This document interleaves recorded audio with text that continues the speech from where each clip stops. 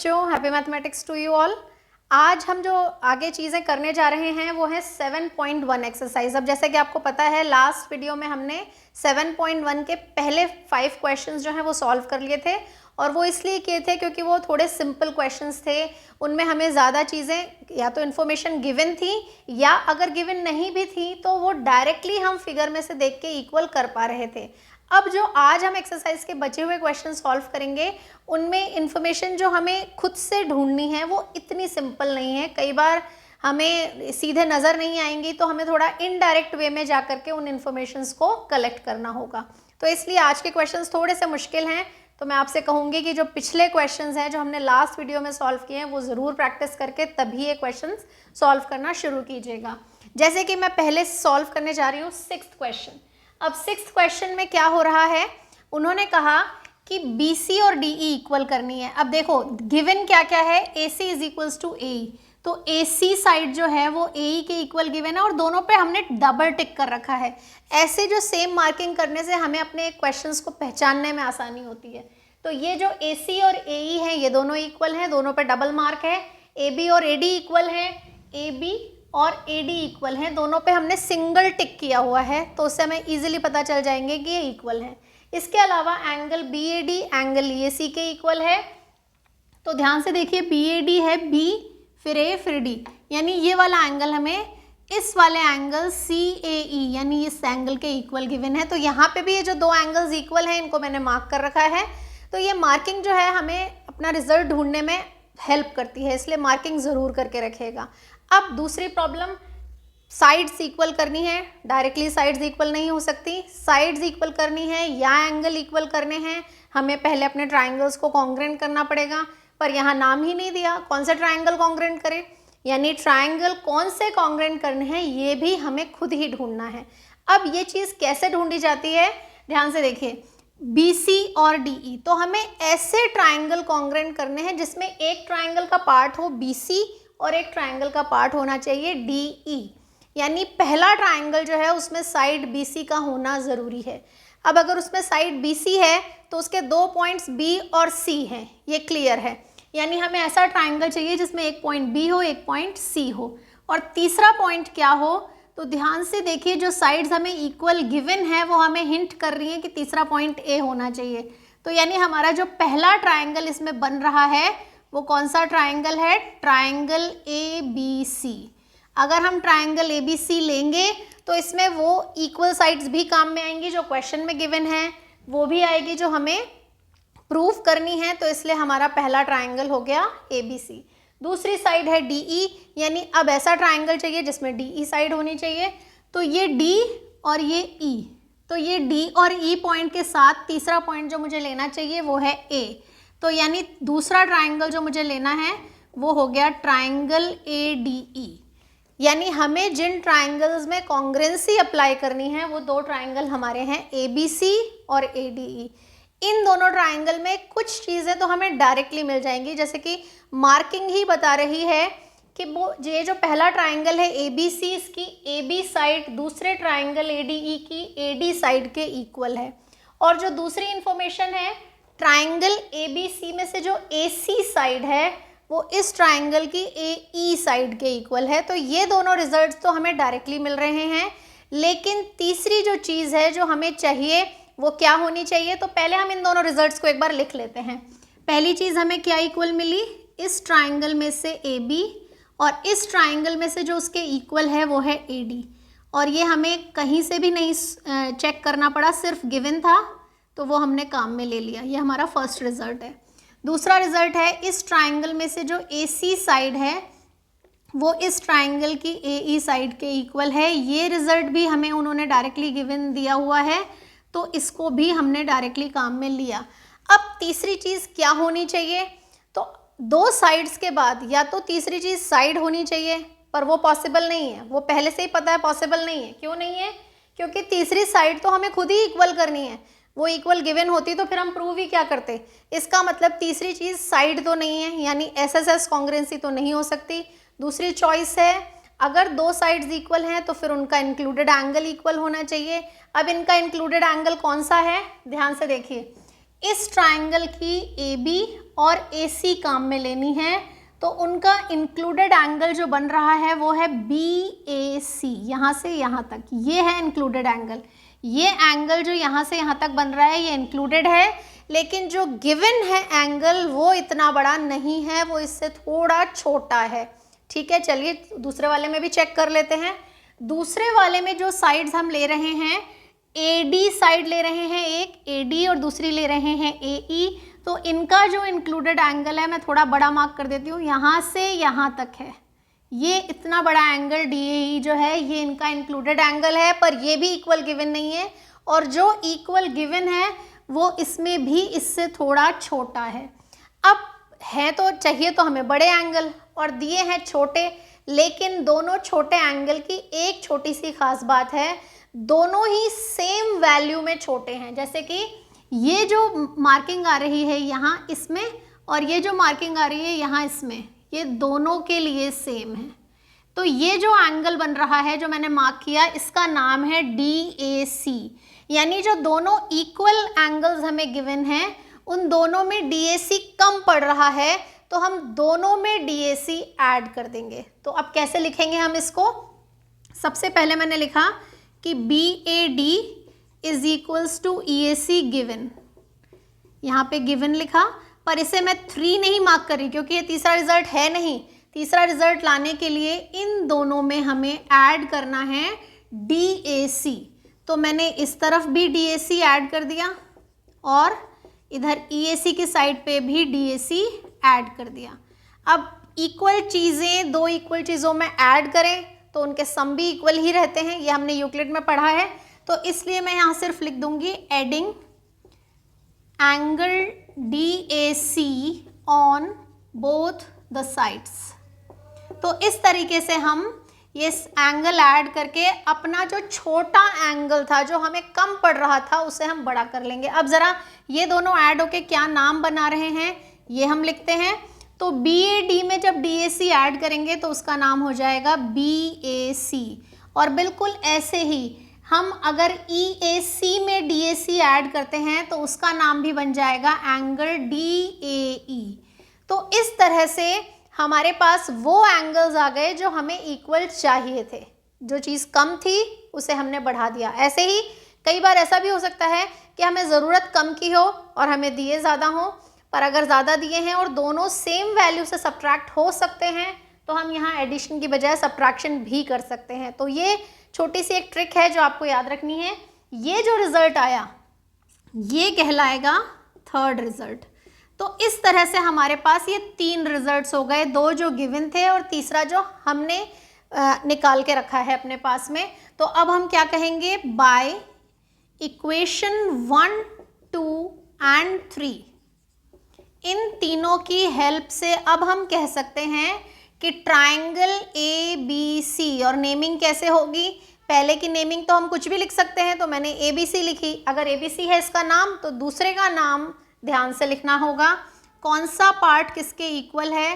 तो A पे angle दोनों के सेम आ रहे हैं इसलिए दोनों का A तो सेम है, और जब A दोनों में सेम हो गया तो फिर B के इक्वल जो जगह दिखाई दी वो है D, और C के इक्वल जो जगह दिखाई दी वो है E।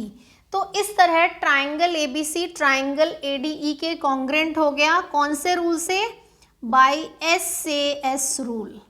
तो इस तरह SAS रूल से ये दोनों ट्राइंगल्स हमारे कॉन्ग्रेंट हो चुके हैं, और अगर ट्राइंगल कॉन्ग्रेंट हो गए तो उनके बचे हुए पार्ट्स इक्वल हो जाएंगे। बचे हुए पार्ट्स में एंगल्स भी हो सकते थे, साइड्स भी हो सकती थी। एंगल्स उन्होंने हमसे पूछे नहीं है इसलिए हम उनको बता नहीं रहे, साइड उन्होंने हमसे पूछी है वो हम बता देंगे कि इसमें से जो BC आ रही है वो इसमें से DE के इक्वल होगी।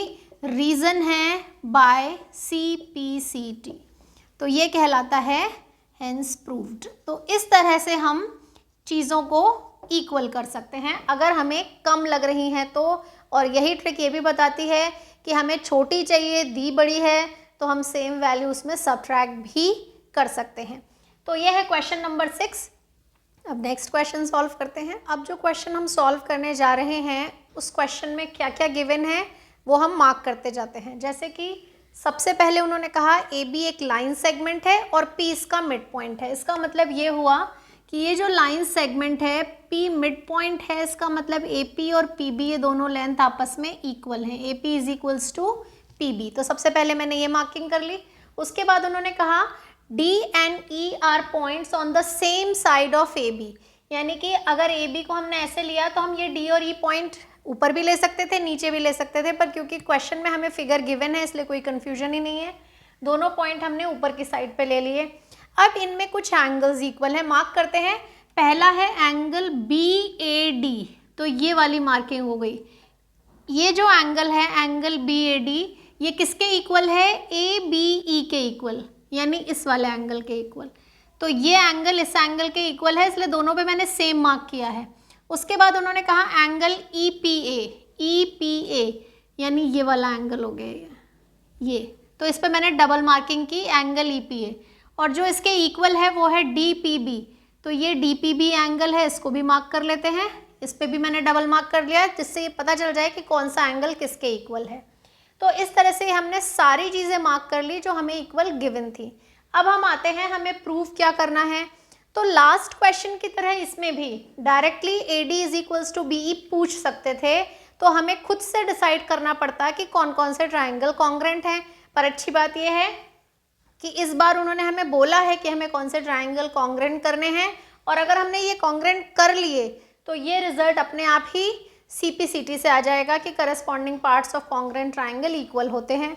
तो ट्राइंगल जो कॉन्ग्रेंट करने हैं वो है DAP। अब देखिए कौन सा ट्राइंगल है DAP, ये है। इस तरीके से ये वाला ट्राइंगल है, इसको मैं हल्का सा डार्क कर देती हूँ जिससे इजी रहे पहचानने में। हम इस ट्राइंगल की बात कर रहे हैं, और जो दूसरा ट्राइंगल है वो है EBP, तो मैं इसको भी हल्का सा डार्क कर लेती हूँ, उससे हमें पहचानने में ईजी रहती हैं चीज़ें।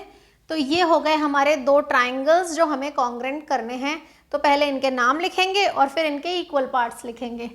तो in triangle DAP and triangle EBP क्या क्या इक्वल है? सबसे पहले तो हमें ये लाइन सेगमेंट इक्वल दिख रहा है, इसमें AP जो है वो इसमें BP के इक्वल है। कैसे पता हमें? क्योंकि उन्होंने इसे मिड पॉइंट दिया था। तो ये हो गया हमारा given result, result 1। First result, एक साइड हमने इक्वल कर ली है। अब कोई भी साइड हमें इक्वल पता नहीं है, क्योंकि एक सिंगल साइड यही हमें इक्वल पता थी। इसका मतलब अब हमें जो दो चीज़ें इक्वल करनी है वो एंगल्स होने चाहिए।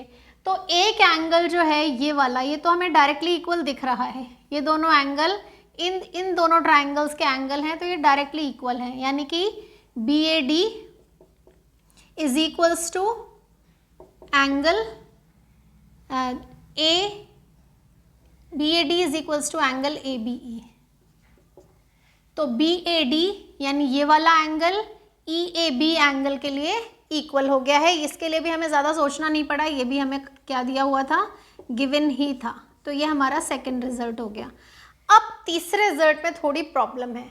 हमें जो एंगल चाहिए, जो हमें चाहिए कि इक्वल होना चाहिए, वो है इस ट्राइंगल DAP में यहाँ से लेके यहाँ तक का एंगल। ये जो बड़ा सा एंगल है APD, ये हमें इक्वल चाहिए। किसके इक्वल चाहिए? इस वाले ट्राइंगल में एंगल BPE के इक्वल, ये वाले एंगल के इक्वल चाहिए। और सेम वही प्रॉब्लम जो हमारे लास्ट क्वेश्चन में थी कि हमें जो एंगल्स दिए हैं वो इन एंगल से थोड़े छोटे हैं। तो क्या करेंगे? सेम वही चीज़ जो हमने लास्ट क्वेश्चन में की थी, जितना भी एक्स्ट्रा पोर्शन है पहले तो ये चेक कर लेंगे क्या वो सेम है। तो हाँ, वो बिल्कुल सेम है। एक्स्ट्रा पोर्शन है एंगल EPD, दोनों में ही ये वाला जो पोर्शन है ये और चाहिए। इसका मतलब हमें ये जो EPD है ये इन दोनों इक्वल एंगल्स में ऐड करना पड़ेगा। तो सबसे पहले तो ये लिख लेते हैं कि उन्होंने हमें EPA is equals to DPB दिया था गिवन, लेकिन जो कम पड़ गया वो हमें ऐड करना है।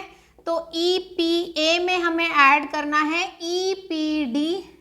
EPD और इसी तरह DPB में भी हमें ऐड करना है एंगल EPD। और यहाँ लिखेंगे adding angle EPD on both sides. ये एंगल ऐड करने से अब हमें वो एंगल मिल गया जो हमें चाहिए था। कौन सा चाहिए था? इन दोनों एंगल का सम मिलके बन जाएगा APD। तो यहाँ जो हमारे पास एंगल हो गया वो है APD, और यहाँ पे ये जो दो एंगल्स हैं इनका सम बन गया EPB, एंगल EPB। और ये वो रिजल्ट है जो इन दोनों ट्राइंगल की कॉन्ग्रुएंसी में हमें एंगल चाहिए था। तो इसको मैं थर्ड रिजल्ट ले लूँगी, और ये थर्ड रिजल्ट आते ही अब हमारे triangle DAP is congruent to triangle EBP। कौन सा क्राइटेरिया हो गया है? क्योंकि हमने एक साइड इक्वल की है और उसी साइड पे बनने वाले दो एंगल्स इक्वल किए हैं, तो ये रिजल्ट बन गया bye angle side angle rule. ये ट्राइंगल हमारे कॉन्ग्रुएंट हो चुके हैं। तो ये हमारा पहला रिजल्ट आ गया जो हमसे पूछा था।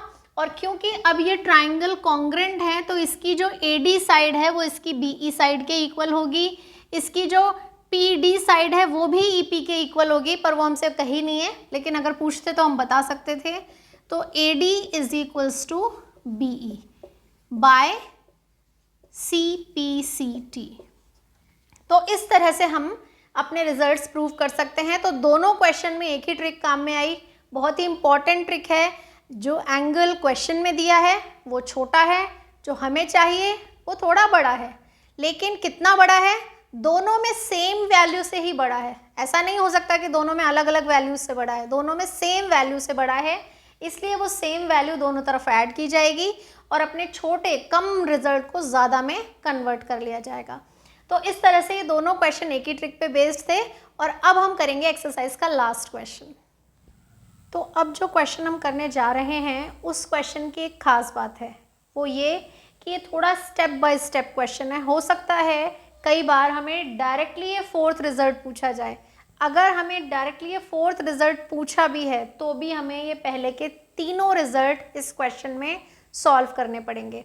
तो इसलिए इसमें जो ऑर्डर है वो हमें याद रखना है कि किस तरह हमें ये फर्स्ट पार्ट पहले सॉल्व करना है, किस तरह हमें उससे ये सेकंड रिजल्ट निकालना है, जब सेकंड रिजल्ट आ जाए तो उसकी हेल्प से किस तरह हमें थर्ड रिजल्ट निकालना है, और जब थर्ड रिजल्ट आ जाए तो उसकी हेल्प से किस तरह से हमें फोर्थ रिजल्ट निकालना है। एक और ख़ास बात है, ये चैप्टर बाद में क्वाड्रिलेटरल वाला जो चैप्टर है उसमें भी ये क्वेश्चन आता है, लेकिन वहाँ हमें इसे सॉल्व करने का थोड़ा डिफरेंट तरीका मिलेगा।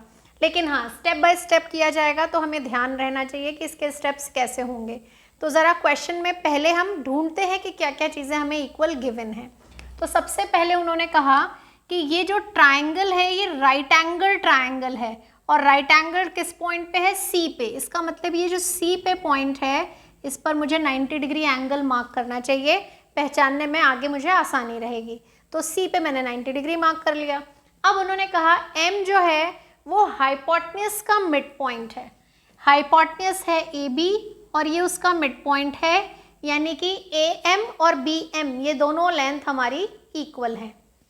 इसके बाद उन्होंने कहा कि ये जो C पॉइंट है पहले इसको M से ज्वाइन किया गया और फिर CM को D तक प्रोड्यूस कर दिया गया है, इस तरह से कि जितनी लेंथ CM की है उतनी ही लेंथ DM की भी होनी चाहिए। यानी ये दोनों लेंथ भी उन्होंने हमें इक्वल बताई हैं। देखो, C is joined to M and produced to D such that DM is equals to CM। तो ये दोनों भी इक्वल गिवन हो गए। उसके बाद उन्होंने कहा कि D पॉइंट को हम B से ज्वाइन कर सकते हैं। तो अगर ये फिगर नहीं भी दिया होता, अगर हमें क्वेश्चन में ये फिगर मेंशन नहीं होता, तो भी जितनी भी ये गिवन इन्फॉर्मेशन है इसकी हेल्प से हम ये फिगर अपने आप भी ड्रॉ कर सकते थे। अब हम आते हैं कि हमें करना क्या क्या है, तो वन बाय वन स्टार्ट करते हैं। सबसे पहले फर्स्ट पार्ट पे आते हैं। फर्स्ट पार्ट पे जो ट्राइंगल्स हमें कॉन्ग्रुएंट करने हैं उनके नाम लिखते हैं। ट्राइंगल हैं AMC एंड ट्राइंगल BMD। अब देखें ज़रा इसमें क्या क्या इक्वल करना है, क्या क्या इक्वल गिवन है। तो ये वाला जो ट्राइंगल है, ट्राइंगल AMC, इसको तो हल्का सा मैं डार्क कर लेती हूँ। ये है ट्राइंगल मेरा AMC और जिसके इक्वल करना है वो है BMD, तो ये है BMD। और काफ़ी कुछ हमें इसमें डायरेक्टली इक्वल दिख रहा है, बिल्कुल वैसे ही है जैसे हमने पिछले वीडियो में बेसिक क्वेश्चंस किए थे, बिल्कुल उसी टाइप का ये क्वेश्चन है। क्या क्या इक्वल है? AMC का नाम पहले है, इसके पार्ट्स पहले लिखे जाएंगे। AM is equals to BM, given है क्योंकि m मिड पॉइंट गिवन है, इसलिए ये गिवन हो गया। दूसरी चीज़, इसकी जो CM साइड है वो इसकी DM के इक्वल है, ये भी हमें यहाँ गिवन है, पर हमें जिस ऑर्डर में चाहिए हमें उसमें लिखना है, इसलिए मैंने इसको रिवर्स करके लिख दिया है, ये गिवन हो गया। दो लेंथ गिवन थी ही, तो तीसरी चीज़ जो हमें बिल्कुल क्लियरली नज़र आ रही है वो है इन दोनों के बीच में बनने वाला एंगल, वो इसलिए इक्वल है क्योंकि वो दोनों में वर्टिकली ऑपोजिट एंगल है। तो क्या लिखेंगे, angle AMC is equals to angle BMD, reason है वर्टिकली ऑपोजिट एंगल। तो क्या पता चला हमें, by SAS rule triangle AMC is congruent to triangle BMD।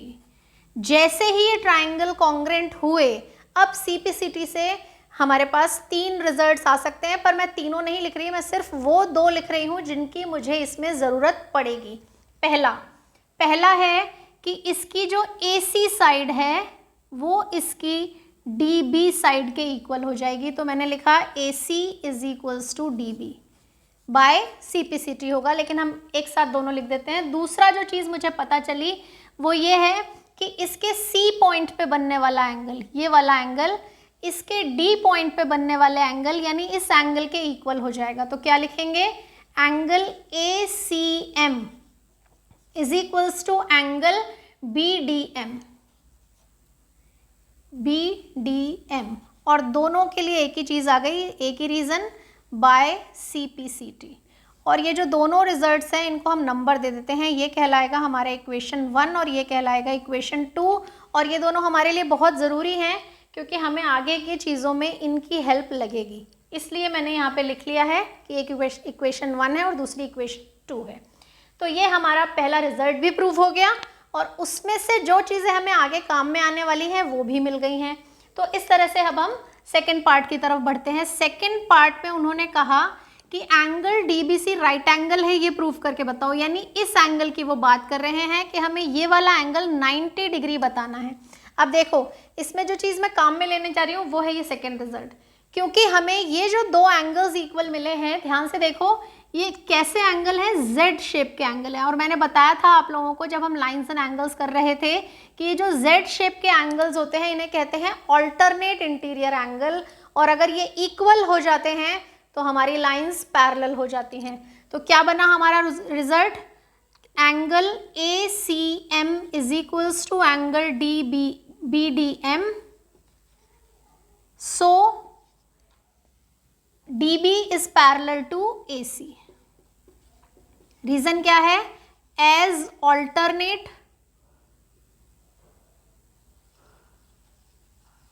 Interior angles are equal. तो इस तरह से हमारे पास ये दूसरा रिजल्ट आया कि लाइंस पैरेलल हैं। अब जब लाइन पैरेलल होती हैं तो ये को इंटीरियर एंगल फॉर्म करते हैं, यानी कि angle DBC plus angle ACB is equals to 180 degree. Reason है को इंटीरियर एंगल्स, और इसमें से एक एंगल 90 डिग्री का है ACB, ये हमें पहले ही दिया हुआ था कि राइट एंगल ट्राइंगल है। तो DBC plus 90 is equals to 180, तो एंगल DBC हमारे पास कितने डिग्री का आ गया, 180 माइनस 90 यानी 90 डिग्री का आ गया। तो इस तरह से हमारे पास ये सेकेंड वाला रिजल्ट आ गया कि एंगल DBC 90 डिग्री का है। अब हमें प्रूव करना है अपना थर्ड रिजल्ट, जो कि फिर से क्या है, एक कॉन्ग्रेंसी है। कौन सी, ट्राइंगल DBC और ट्राइंगल ACB की कॉन्ग्रेंसी। तो थर्ड रिजल्ट में यहाँ से करना शुरू कर देती हूँ। जो ट्राइंगल हमें कॉन्ग्रेंट करने हैं पहले उनके नाम लिखे। पहला ट्राइंगल है DBC और दूसरा ट्राइंगल है ट्राइंगल ACB। अब इसमें से हमें क्या क्या इक्वल पता है, तो ध्यान से देखिए, इन दोनों ट्राइंगल में DB साइड और AC साइड इक्वल है, ये हमने यहाँ फर्स्ट इक्वेशन में प्रूव कर रखा है। तो हम यहाँ क्या लिखेंगे, क्योंकि हमने DBC का नाम पहले लिखा है इसलिए हम उसकी साइड पहले लिखेंगे। DB is equals to AC, इसको मैं लिख सकती हूँ प्रूव्ड अर्लियर, या फिर मैं ऐसे भी लिख सकती हूँ फ्रॉम इक्वेशन 1, फ्रॉम इक्वेशन 1। तो हमारे पास पहली चीज आ गई कि ये दोनों साइड्स इक्वल हैं। दूसरी चीज ये है कि ये एंगल 90 था और ये हमने 90 प्रूव कर दिया।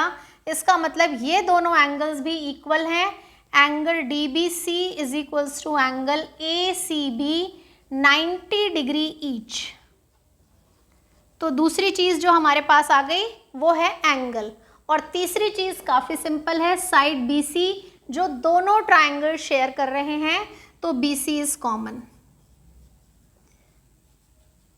तो हमारे पास क्या क्या बन गया, दो साइड्स हैं और एक उनका इंक्लूडेड एंगल है। और जब दो साइड्स और उनका इंक्लूडेड एंगल इक्वल करते हैं तो ये प्रॉपर्टी कहलाती है SAS कॉन्ग्रेंसी। तो हमने SAS कॉन्ग्रेंसी से अपने इन दोनों ट्राइंगल्स को कॉन्ग्रेंट प्रूव कर लिया है।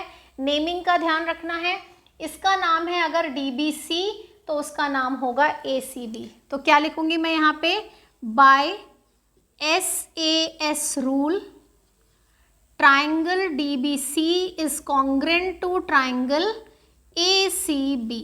तो ये हो गया हमारा थर्ड रिजल्ट। अब हमें अपना फोर्थ रिजल्ट प्रूव करना है, वो हम इन दोनों ट्राइंगल के CPCT से करेंगे। वो कैसे, अगर ये दोनों ट्राइंगल्स कॉन्ग्रेंट हैं तो इसकी जो DC साइड है पूरी की पूरी वो इस पूरी AB साइड के इक्वल हो जाएगी। इसकी DC और इसकी AB इक्वल है। तो क्या लिखूंगी मैं, DC is equals to AB by CPCT।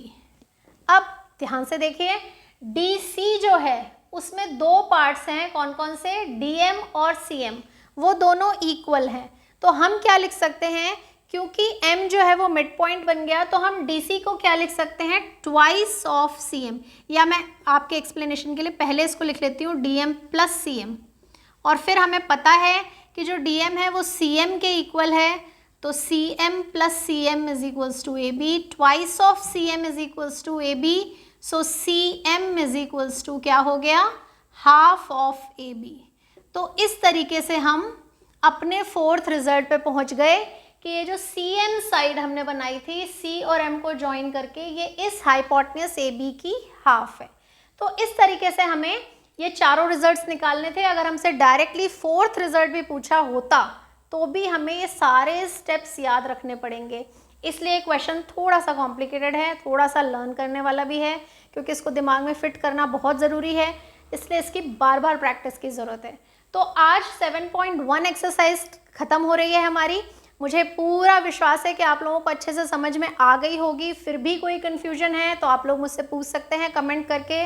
आज का वीडियो अगर आपको पसंद आया है तो आपको इसको लाइक करना है, अगर अभी तक सब्सक्राइब नहीं किया तो सब्सक्राइब करना है और ज़्यादा से ज़्यादा लोगों के साथ शेयर करना है।